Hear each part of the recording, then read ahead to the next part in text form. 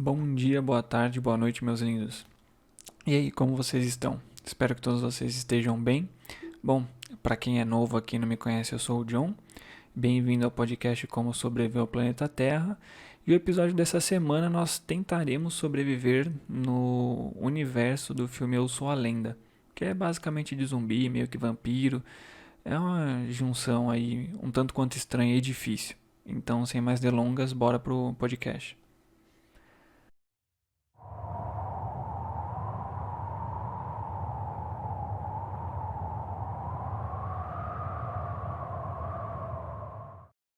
Bom, galera, como de costume, antes de já iniciar a sobrevivência, que eu sempre deixo por último, eu preciso passar alguns contextos para vocês. Como se trata aí de um filme, eu vou passar algumas informações para vocês terem uma noção, algumas informações úteis, tá? Então, primeiro, o filme foi lançado em 2008 aqui no Brasil, tá? Lá fora foi lançado em 2007. Ele teve uma bilheteria de 585 milhões de dólares. O orçamento dele, se eu não me engano, foi de 150 milhões, o que não foi, assim, teve um rendimento alto, né? E uma informação que até muitas pessoas não sabem é que, na verdade, o filme ele é baseado em um livro. O livro é de 1954 e não é a única adaptação feita da história para o cinema, para as telas em geral. Tem um filme também que é A Última Esperança, A Última Esperança da Terra, que foi ao ar em 71, e teve também a Batalha dos Mortos, que foi lançado também em 2007, junto com o filme Eu Sou a Lenda. O filme em si, o filme não, a história principal do livro e também da HQ, ela não trata de zumbis, tá? Na verdade, isso deixou bem claro até no, no filme que não são zumbis, inclusive, pelo menos eu assisti dublado, a tradução diz claramente que eles são vampiros, até por conta da questão da luz solar, etc. Mas sim, eles são. A história principal é uma praga que transforma as pessoas em vampiro, tá bom? Pra quem nunca assistiu, Eu Sou a Lenda é um filme de ficção que conta a história de um militar, que ele é um cientista. Ele é interpretado por Will Smith. No filme, a população de Nova York ela é dizimada por um vírus que foi criado pelo próprio homem. Algumas pessoas morreram, outras, no entanto, acabam virando esses, entre aspas, zumbis. Uma informação é que o que aconteceu basicamente no contexto do filme, agora vai começar a ter spoiler, tá? Então se você nunca assistiu, pausa, vai assistir, o que eu acho bem difícil você não ter assistido, porque é um filme muito famoso e muito bom, mas se você não assistiu, pausa, assiste, depois volta aqui. Enfim, no ano de 2009, eles estavam fazendo uma pesquisa que resultou na cura principalmente do câncer, não só do câncer, mas de diversas doenças, mas o foco era em si o câncer por ser um problema global. Eles basicamente transformavam o patógeno prejudicial em bom. Então eles faziam com que o vírus agisse de forma contrária ao que ele normalmente faria, fazendo assim a doença meio que se auto-eliminar. Porém, só que ela desencadeou um vírus, né, uma outra doença. E aí essa doença foi o que transformou neles as pessoas nesses vampiros ou seres mortos-vivos, zumbis, o que você quiser chamar, porque zumbi não é muito zumbi aquilo lá. Uma informação que até é passada pelo próprio personagem do Will Smith no filme é que a população, 90% da população morreu. Naquele momento tinham 6 bilhões de pessoas vivas no mundo. Então teve 5,4, em torno de 5,4 bilhões de mortos. Apenas 1% dessa população, de certo ponto, se tornou imune. Eu já vou até. Na verdade, não tem uma autoexplicação para isso. Eu cheguei a uma conclusão, eu vou passar para vocês o porquê que de certo ponto eles teria esse 1% imune. Esse pessoal imune seria um total de 12 milhões de pessoas e um total de pessoas que sobreviveram ao vírus e permaneceram vivos foi de 588 milhões. Então, são 12 milhões de pessoas que supostamente ficaram vivas e imunes e 588 milhões de pessoas que aderiram, digamos assim, o vírus e se tornaram esses zumbis/vampiros. Então, eu vou iniciar agora algumas, não digamos que teorias, mas é porque o filme, a história em si, pelo menos passada pelo filme, ela deixa muitas coisas em aberto. Então, eu vou passar algumas coisas para vocês que podem auxiliar também na questão da sobrevivência. Primeira coisa, eu vou dar seguimento em uma tese de mestrado de Portugal, da Universidade de Coimbra, que é do Departamento de Ciência da Vida, feito pela Liliana Alexandra Simões Cravo. Antes de dar segmento nessa tese, eu vou só passar algumas informações que é os diferentes estágios da decomposição de um corpo. Eu vou passar isso para vocês entenderem que no filme em si, isso de certo ponto não ocorre visualmente falando, porque eles não demonstram, mas pode sim vir a ocorrer. É porque com o roteiro eles acabam não abrangindo isso, porque até não teria espaço e não seria tão interessante. De certo ponto. Mas é só para informativo. Então, tem os diferentes estágios da decomposição. O primeiro é o estágio fresco, que é quando o ser vivo ele acaba de morrer, então ele ainda digamos que o corpo está esfriando. Tem o inchaço, que é quando o corpo começa a soltar os gases, então o corpo em si ele incha.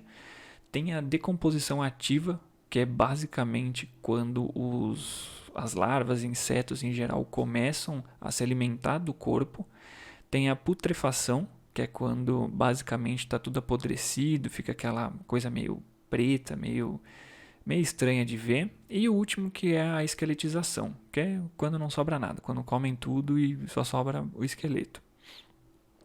Os principais seres que se alimentam de cadáveres são duas ordens. Tá? A primeira é a ordem Coleoptera, que é uma ordem de classe insecta, cujos integrantes são popularmente conhecidos como besouros.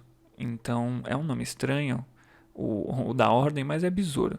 E o segundo é a ordem Diptera, que são as moscas. São, assim, não especificamente só moscas, mas todo e qualquer derivado da família das moscas. Então, eles basicamente se alimentam. Então, aqueles vermes que você vê principalmente são vermes de mosca, né? Larvas de mosca. Então, os insetos que basicamente se alimentam são esses dois. O principal, tá? Tem outros, mas os principais são esses. Agora, dando seguimento para a tese de mestrado que eu falei para vocês, esse mestrado de antropologia, que é o estudo dos seres vivos, a Liliana, o que ela fez? Ela pegou 4 animais, esses animais mortos, e ela colocou em diferentes aspectos para fazer a observação de como a decomposição seria afetada por conta da umidade, do local em si que ele se encontra. E isso tudo para eu tentar chegar a uma conclusão com vocês do porquê a pele dos vampiros, né, dos zumbis, elas queimariam. Então, assim, tiveram duas principais dessas carcaças. O que ela fez?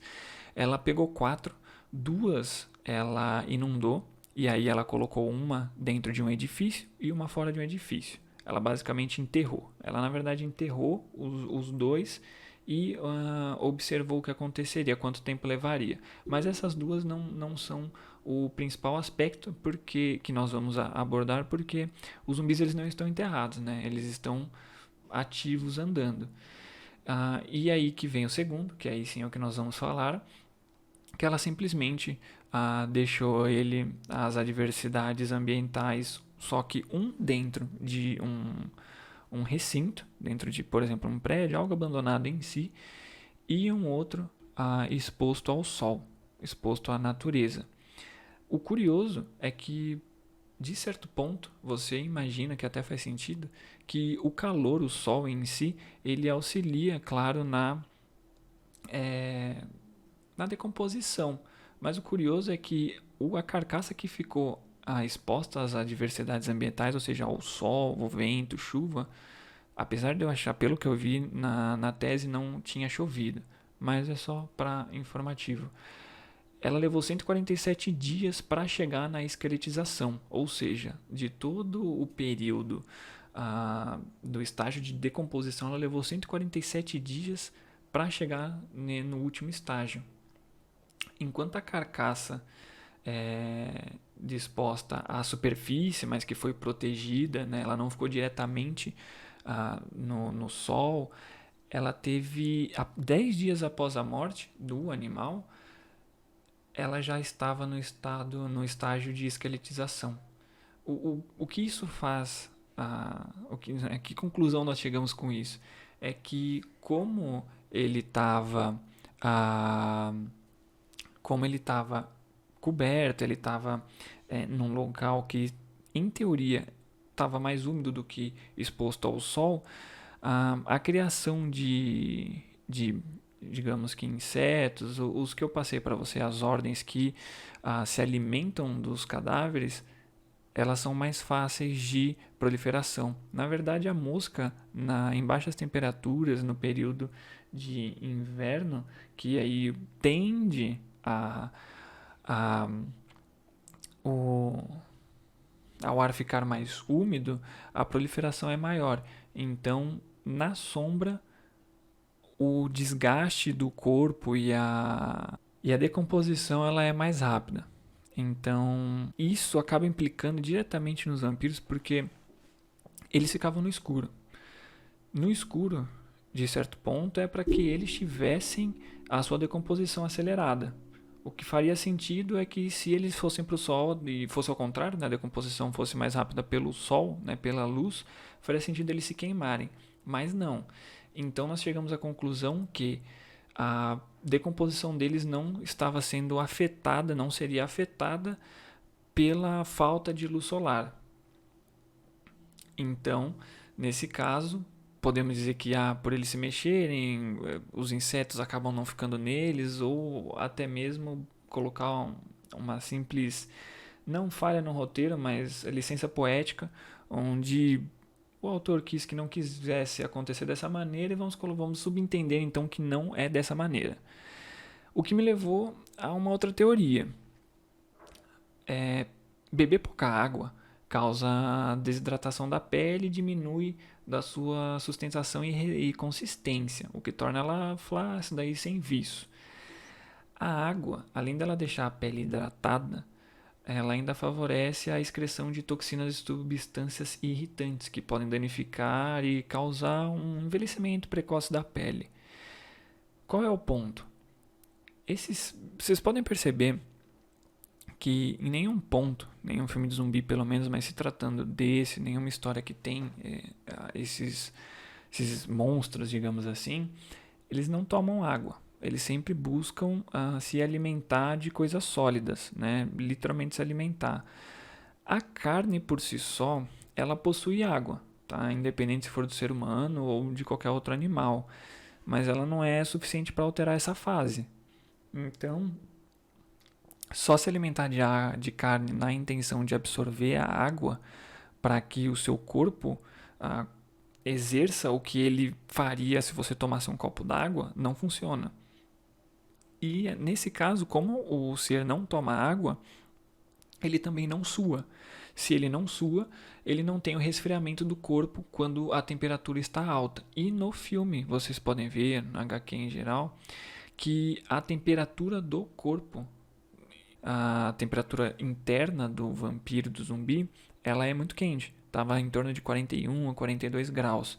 Então, fazendo com que a pele já seca, sem nenhuma hidratação, exposta ao sol, facilita a queimadura. Então, a teoria que eu cheguei à conclusão é basicamente de que o fator deles serem queimados pelo sol e ter essa ideia de vampiro é basicamente porque eles não tomam água. Tá vendo, gente? Tem que tomar água, senão você vai ficar igual aqueles caras bonitos, careca lá, vai cair seu cabelo, vai ficar careca e vai sair mordendo os amiguinhos. Bom, passando para a imunidade, que eu até passei para vocês que 1% das pessoas eram imunes. Tem pessoas que não foram mordidas ou arranhadas e elas absorveram o vírus. Elas tiveram, digamos que a infecção, a infecção não, foram infectadas. E até passa que o personagem principal, Will Smith, ele é imune. Mas não explico o porquê. Bom, se algumas pessoas, vamos colocar aqui, todas as pessoas que são mordidas, porque ele até fala que as pessoas são imunes ao toque e ao ar. Isso as pessoas imunes, ou aquele 1%. Agora você pensa comigo, se no começo do filme existiam pessoas que estavam infectadas, mas elas não foram mordidas, significa que o patógeno ele era, ele infectava os humanos pelo ar.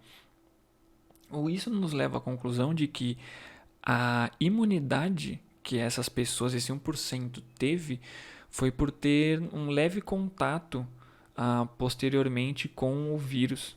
Então, digamos assim, essa pessoa que foi infectada pelo vírus no começo da série, né, do filme, ela teve um alto contato com quem estava infectado. Então, vamos supor que essa pessoa, para ser infectada pelo ar, ela teve contato com 100% do vírus exposto ao ar.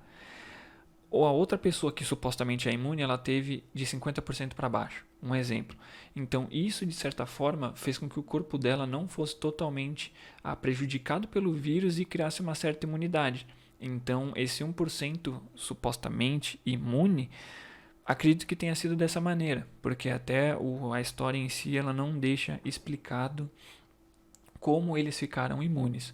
Claro que no livro, na HQ, pode ter sim uma explicação. Eu estou me baseando pelo filme porque é o que todo mundo basicamente conhece, tá? Os animais só são imunes pelo ar, eles não são imunes pelo toque. E lugares frios, o vírus não sobrevive. Eles passam que o vírus ele não consegue lidar com baixas temperaturas. Então, só que isso tem um problema, porque se você pensa, se o vírus não sobrevive em baixas temperaturas, vou para um lugar que é frio. O problema de um lugar que é frio é que a luz solar ela é menor. Então, como a única coisa que você tem, entre aspas, que você pode usar para se defender, que é a luz solar, você vai ter em menos quantidade. E isso é um tanto quanto ruim, tá bom? Então, sem mais delongas, eu já passei a teoria para vocês, o conceito. Vamos para a sobrevivência, que vai ser um pouco longo também. Então, bora lá.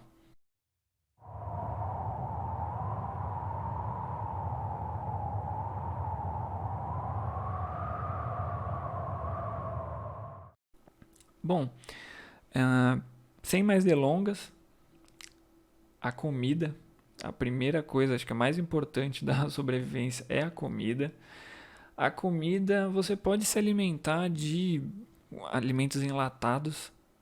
Acho que vai ser a maneira mais prática. Só que alimentos enlatados, eles têm validade. Se você conseguir sobreviver mais de 5 anos, que é geralmente em torno de 5 a 6 anos o vencimento máximo de um alimento enlatado, claro que tem alimentos que têm um vencimento maior, mas supondo que você não tem acesso a esses e somente, por exemplo, a alimentos que vencem menos tempo, de qualquer maneira, mais ou menos tempo, uma hora vai acabar. Uma hora vai vencer se você sobreviver mais do que esse tempo que eu estou passando.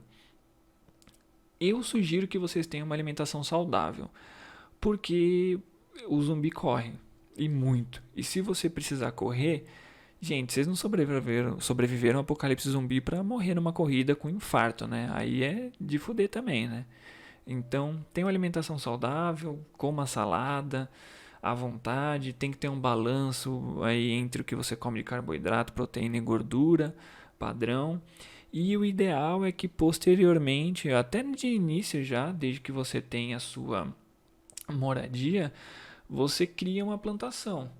A plantação, quando acabar os alimentos enlatados ou tudo que tem uma validade estendida, digamos assim, que tem um maior período de conservação, ele vai acabar. gente. Então, monta uma horta, tá? Tem um site que se chama Vamos Comer Melhor.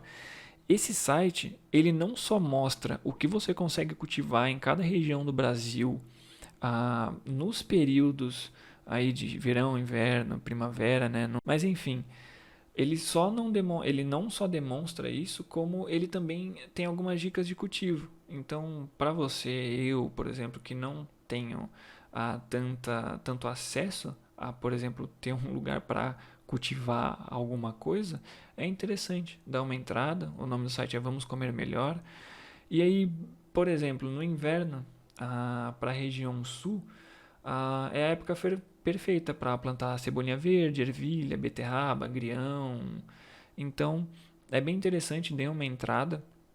Vocês vão aprender o que você consegue plantar e também como. E vai ser o único meio de sobrevivência passando desse período. Não tem outro meio. Não tem. Você pode tentar se alimentar de carne animal, mas é um tanto quanto difícil. Se corre o risco também da carne ter de alguma maneira ter sido infectada, já que o animal só é imune ao ar. Então, aí não diz nada também sobre o fogo, né? Você cozinhar a carne e matar o vírus. Então, só para ter certeza, tá? Vamos passar agora para o dia a dia.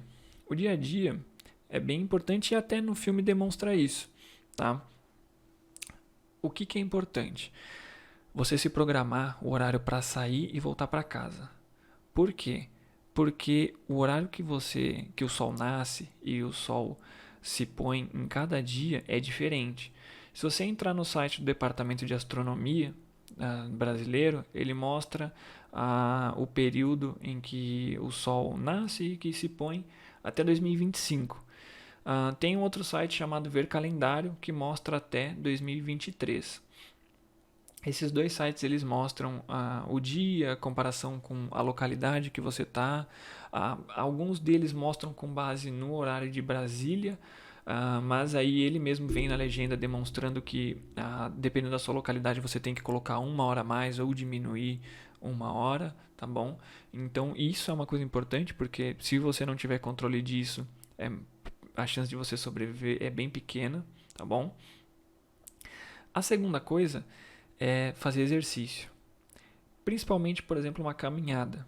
A caminhada é muito importante porque ela deixa o pulmão mais eficiente. Então, se você precisar correr, além do preparo físico que você já vai ter, você melhora a sua respiração. Então, se precisar correr, pelo menos não vai faltar ar, tá? É interessante fazer musculação. Claro que automaticamente, de certo ponto, você já vai fazer, porque você vai precisar, digamos que você esteja sozinho ou com outras pessoas, mas você vai ter que levantar coisas que você não está acostumado ou fazer atividades das quais fogem do seu cotidiano. Então, ela é, digamos que automática, mas é muito bom você fazer por si mesmo, tá bom? Você tem que desinfetar a área toda e qualquer área que você tem costume de transitar. Eu já vou explicar até o porquê, tá bom? Vocês devem desinfetar.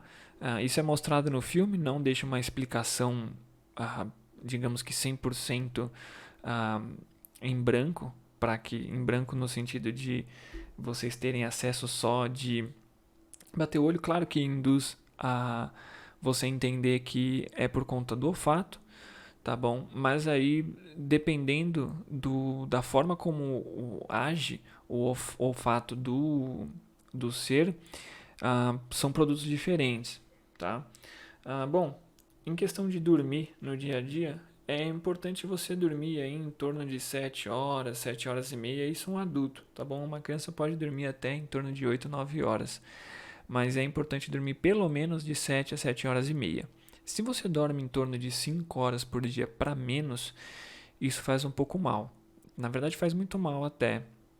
As privações de sono de curto prazo, elas aumentam a pressão sanguínea e a taxa de hormônios, como o cortisol. E aí favorece o desenvolvimento de problemas cardiovasculares. Então, é importante dormir bem, ter uma alimentação saudável e se exercitar, para você já evitar pelo menos um problema cardiovascular. E se você pensa, e se eu dormir demais? Se você dormir demais, gera a tendência de desenvolver também doenças cardiovasculares, hipertensão, por exemplo, tá bom? Isso porque durante o sono tem uma redução da atividade cardiovascular e uma queda da pressão arterial e também da frequência cardíaca. Então, bom, tempo para dormir você vai ter. Claro que de noite é o período que todos os zumbis barra vampiros vêm à tona, mas o medo deve ser grande, porque eles vão ficar fazendo barulho. Até na cena do filme, o Will ele fica dentro da banheira com o cu na mão, fazendo até biquinho, mas aí, bom, vai ter hora para dormir, né? A gente espera. E por último, mas não menos importante, a moradia. Gente, é bom morar num barco? Talvez. De certo ponto, se você parar para pensar, a chance de ter um animal marinho infectado é muito pequena, tá? A não ser que, de certa forma, algum infectado caia com sangue, algum animal se alimente, né? Ou sangue, né? Algum infectado ou algum sangue infectado caia na água e o animal se alimente.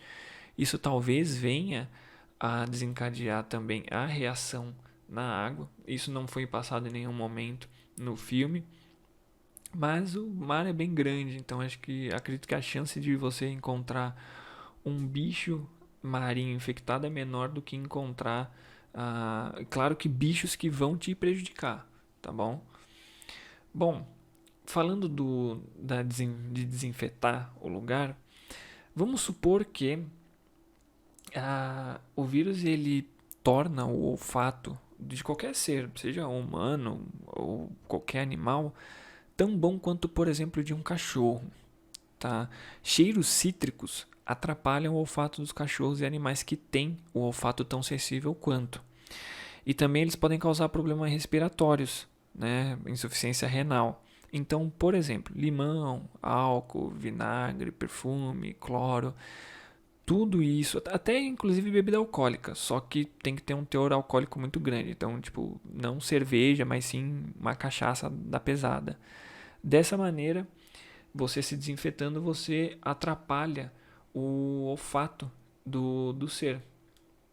Então, você já tem uma proteção a mais. É isso que você tem que fazer em locais que você costuma ir, porque, gente, não... Olha, tem até de certo ponto é um furo que acontece. Não digamos que é um furo, mas no filme, que ele vai todo dia à locadora, por exemplo, e ele não desinfeta a locadora. E em 3 anos fazendo isso, sem desinfetar a locadora, o cheiro dele fica lá, óbvio. E ele só desinfeta quando ele chega em casa. Então, o cheiro dele ainda fica nos outros lugares. Fica, por exemplo, no pier, que ele fica esperando todo dia por algumas horas lá. Então, eu acredito que não vou considerar um furo, mas vou considerar também como licença poética, porque acaba não implicando tanto. Mas se ele limpa, é necessário limpar a porta da casa, o carro, tudo para que os animais não sintam o cheiro, dali para trás o cheiro também tá. Então é um tanto quanto difícil não limpar as coisas. Você tem que desinfetar. É o único jeito, pelo menos eles não vão te seguir, não vai ter um rastro nem nada. Uma coisa interessante é a luz ultravioleta.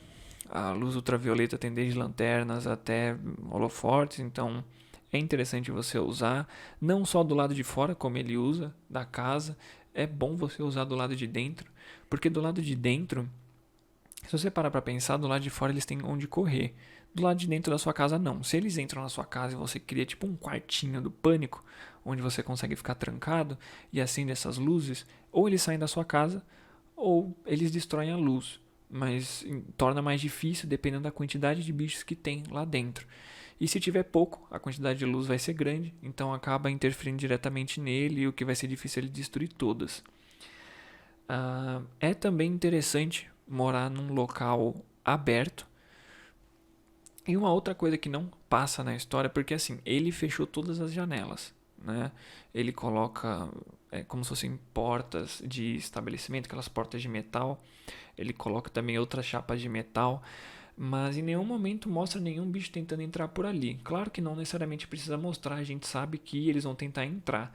Mas eu só quis levantar essa questão porque se você tá numa casa, digamos assim. Independente dela ter sombra ou não, os bichos eles precisam estar em um local 100% sem nenhuma luz. Eles vão tentar entrar na sua casa.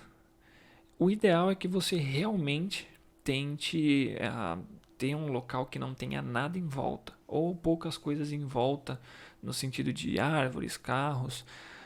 Para quê? Porque se você não tem nada em volta, ele vai tentar entrar na sua casa. Se você tem poucas coisas em volta, ele vai tentar entrar na sua casa. A diferença é que, se você tem algumas coisas em volta, talvez ele desista de entrar na sua casa para tentar se proteger de uma outra maneira.